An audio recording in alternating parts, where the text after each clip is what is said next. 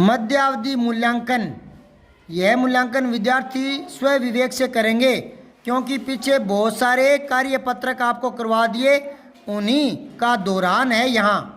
ये आपको खुद को करना था, तो जिन जिन ने कर लिया वो मिलान करो, और जो आया नहीं था जिसका अधूरा है वो साथ साथ में पूरा करते रहना, ठीक है। तो इसमें पहला प्रश्न है, दिए गए समानार्थी शब्दों को उनसे संबंधित शब्द से मिलान करो। ये समानार्थी शब्द है और ये किसके शब्द हो सकते हैं, किस अर्थ में है वो मिलाने हैं, यानी ये पर्यायवाची हैं। समानार्थी होते हैं ना, वो पर्यायवाची होते हैं। क्या होते हैं? तो भू, धरा, वसुंधरा किसका है? धरती का। पवन, समीर, वायु ये किसके हैं? हवा। चांद, हिमांशु, सुधाकर चंद्रमा के। फिर है नीचे दिए गए तत्सम शब्दों के तद्भव रूप लिखने हैं। पहले तो सुनो तत्सम कौन से होते हैं। Very good. जो संस्कृत वाले होते हैं ना वो तत्सम शब्द है, जैसे हस्त, जैसे रात्रि, है ना। तो इसके तद्भव यानी उनके बदले हुए रूप लिखने हैं। तो कर्ण, कान, वेरी गुड। ग्रीवा, गर्दन, ग्रीवा का गर्दन। हस्त का हाथ। नासिका का नाक। अक्षी का आंख। अग्नि का आग। अब है तीसरा संयुक्ताक्षर। हाथ ऊपर करो, कौन बताएगा संयुक्ताक्षर कौन से होते हैं? हाँ, एक अक्षर आधा और एक है वो संयुक्ताक्षर होता है। तो ये कह रहे हैं संयुक्ताक्षर जो है उनको छांटना है आपको इन शब्दों में से। तो पहले में तो क्या हो गया, स के ऊपर बिंदी है ना, और भ के ऊपर रह है ना, और कृतज्ञ में क्री है ना, क्री, और आगे क्या है, ज्ञ ज्ञानी है ना। ये सारे संयुक्त है। क्या है ये? फिर है संपन्न में वापस वही स पर बिंदी और आधा न और पूरा न। फिर क्षय, वक्ष स्थल में क्षय। फिर आगे आधा स और थ ये। फिर श्रमिक में श्रेय। समझ में आ रही है क्या? फिर कार्य में यह के ऊपर रह, और फिर त्रय, त्रय त्रिशूल वाला त्रय। फिर इसमें वापस वो क्षय आ गया, अक्षु है ना। ज्ञानी का ज्ञ आ गया ज्ञा, और फिर क्षमा में क्षय। फिर साध्य, ध आधा और ये मिलाकर लिखने, केवल ध नहीं, एक आधा एक पूरा वो संयुक्त होता है। फिर त्रिभुज में त्रि। फिर विश्राम में श्रेय, श्रा हो गया नहीं है विश्राम। निकामा में आधा में और पूरा माँ। समझ में आ गई बात है? अब है चौथा, निम्नलिखित कथनों के लिए उनके नीचे की पंक्ति में प्रश्न बनाइए। राम मुस्कान का पड़ोसी है, तो प्रश्न क्या बनेगा? हाँ, राम किसका पड़ोसी है? राम किसका पड़ोसी है? और आगे प्रश्नवाचक चिन्ह। ललिता सब्जी लेने बाजार जाती है। हाँ, ललिता बाजार किस लिए जाती है, या क्यों जाती है, या क्या लेने जाती है? ठीक है ना। ललिता बाजार में क्या लेने जाती है?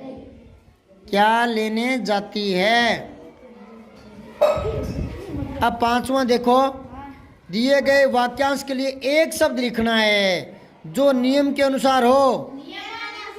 हाँ, नियमानुसार है, नियमानुसार। जो ईश्वर में विश्वास रखता है आस्तिक, और जो विश्वास नहीं रखता वो नास्तिक। Very good.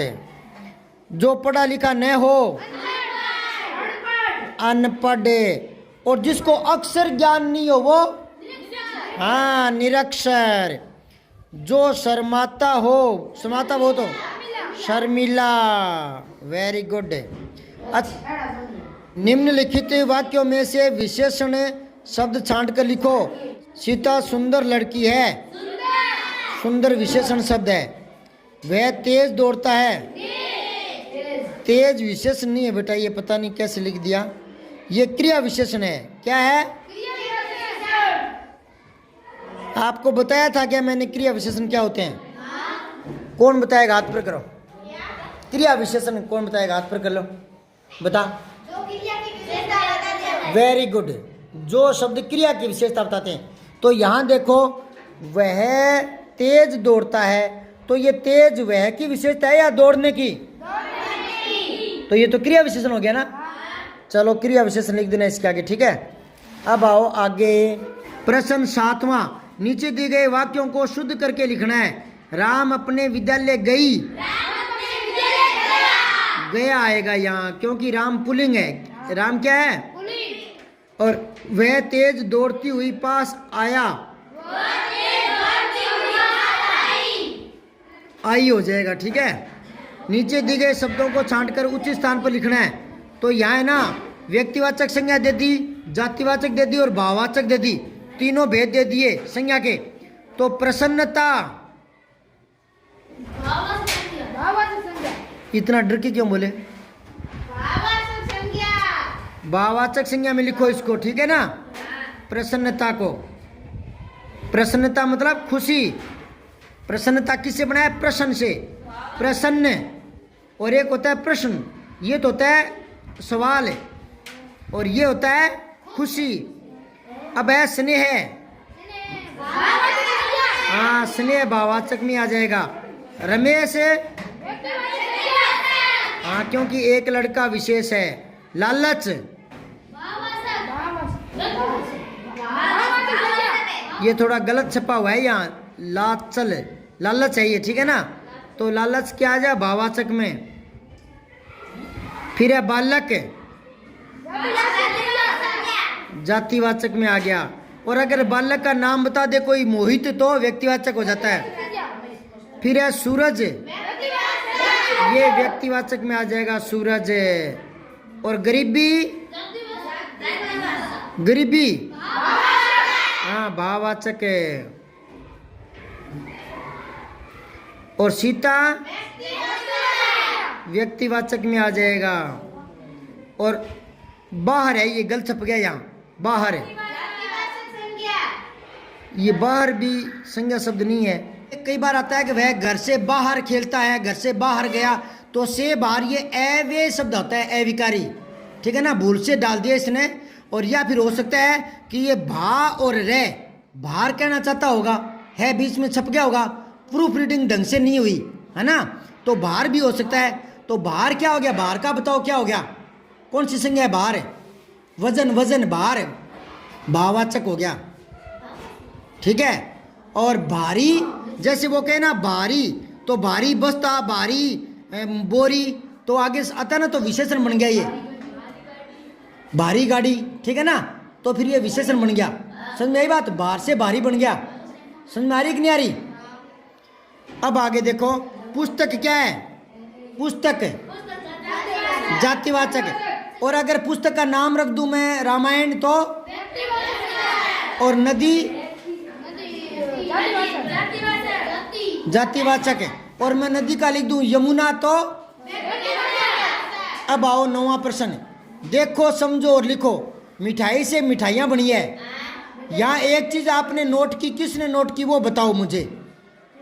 एक तो नोट करने वाली बात यह है कि इसका बहुवचन बन गया, एक और नोट करने वाली बात क्या है वो बताओ, कौन बताएगा?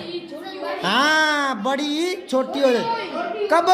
जब यहाँ यों लगते हैं तब। बताइए ना, लड़कियां तो की छोटी हो जाएगी, नदी में दी बड़ी आती है, नदियां छोटी हो जाएगी। ऐसे यहाँ बोल रहे हो या बताया हुआ है? अब आप बताओ, टोली का करो तो ली कौन सी लिखोगे? और माला का मालाएं, ये ऐसे रहेगा, ठीक है। सभा का सभाएं, ठीक है। और चीज का चीजें, तो औरत का औरतें, पैसा का पैसे, वादा का वादे, कसमें वादे, है ना। 10वां देखो, दिए गए शब्दों के उचित उपसर्ग लगाकर। अच्छा, उपसर्ग किसके याद है या भूल गए? कौन बताएगा? ईमानदार से जो बताना चाहता अपने आप ही बता दो। उपसर्ग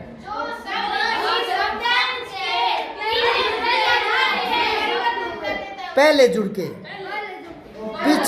पीछे तो जुड़ता है प्रत्यय। हाँ, तो अब मुझे बताओ आप इसमें कि उपसर्ग लगाना है आपको, क्या लगाना है? तो जोर के पहले लगाओ, जोर से पहले। हाँ कम लग गया, कम में कम जोर। अच्छा देश का वी लग जाएगा। अच्छा एक बात बताओ, आपको मैंने देश दे दिया और इसके आगे उपसर्ग नहीं लगाना, इसके साथ लगाना है प्रत्यय, तो नया शब्द बनाओ। देसी, वेरी गुड, क्या बात है। देसी, ई प्रत्यय जुड़ गया, क्या जुड़ गया? हाँ। अब पुत्र है, हाँ सुपुत्र है। कुपुत्र भी बनता है पर अपने को गलत लगाना ही नहीं है ना, कुपुत्र भी हो जाता है पर आपको तो सुपुत्र लगाना है, ठीक है। अब धन, वेरी गुड, निर्धन। अब आप धन को ही पकड़े रखो और इसमें उपसर्ग मत लगाओ, प्रत्यय लगा दो। धनवान, वेरी गुड। धनी, हाँ धनी आदमी, धनी और धनवान दोनों बन गए। वान भी प्रत्यय होता है और ई भी प्रत्यय होता है। वान प्रत्यय होता है, तो वान प्रत्यय के दो और बताओ सोचकर। धनवान तो बता दिया, और नया बताओ। वान भगवान नहीं, और बनाओ जिसमें अलग एक शब्द हो और आगे सिर्फ वान जुड़ा हो, बताओ। वान जुड़ना चाहिए कोई शब्द के पीछे।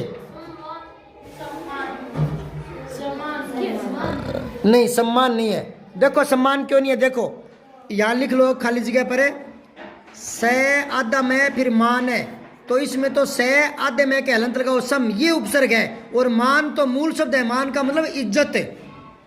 और बताओ जिसमें वान जुड़ाओ, मान नहीं वान, वान गाड़ी वान नहीं होता। और बताओ वान लगाओ। दयावान, व्यक्तिवान नहीं होता, दयावान है, दयावान नहीं होता कि वो आदमी बहुत दयावान है। अरे पहले कोई शब्द होता है बेटा। हाँ वीरवान, ठीक है, बढ़िया है। और बलवान, वेरी गुड। बलवान तो बल शब्द है ना, बल ताकत है। अच्छा बोलो ना। अब आओ 11वां, नीचे कुछ प्रत्यय दिए हुए हैं, उनको उचित शब्दों के साथ लगाकर नए शब्द बनाने हैं। ये प्रत्यय है ये, ठीक है ना। ये कोई शब्द लगा, देखो पहले तो उसने शब्द दिया था, अब इसने शब्दांश दे रखे हैं, प्रत्यय दे रखे हैं, इनसे शब्द बनाने हैं। तो इया, हाँ गुड़िया और मुखिया। अच्छा अब वान का बता ही दिया मैंने, गाड़ी वान, धनवान, दयावान। अच्छा शाली, शाली जो है ना उससे बनाने हैं, हाँ भाग्यशाली, प्रतिभाशाली, शक्तिशाली। अच्छा बड़ी ई लगाना है, धन के आगे लग जाएगा एक तो धनी, राजस्थान के साथ लग जाएगा राजस्थानी, और जापान के साथ लग जाएगा जापानी। अब ये पैराग्राफ है, इसको पढ़ो और कुछ प्रश्नों के उत्तर देने हैं। पहले मैं पैराग्राफ पढ़ता हूँ, याद रखनी है एक एक बातें। राजा रवि वर्मा भारत के ख्याति प्राप्त, ख्याति होता है प्रसिद्धि, ख्याति प्राप्त चित्रकार थे।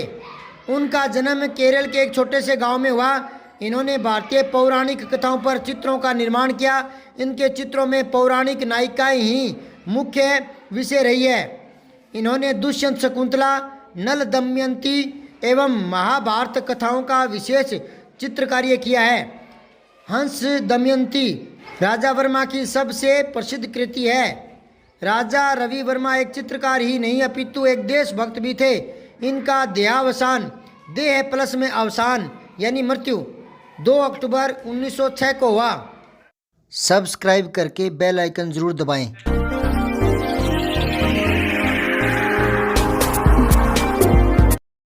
जय हिंद, विजय हिंदी।